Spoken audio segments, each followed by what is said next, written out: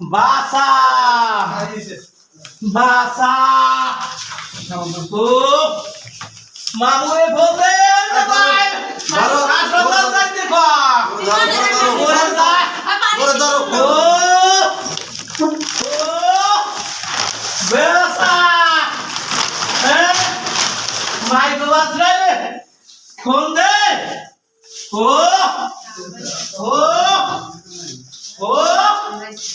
ভিডিওটা দেখছেন একে ভীমরোলে অনেক কামড়াইছে পিঠ থুয়ে দিয়ে নাই তাই এখানে এখন সদরে যেতেছে ডাক্তার দেখাইতে বড় ডাক্তার দেখাতে খোলার ভিতরে গেছিল ওরা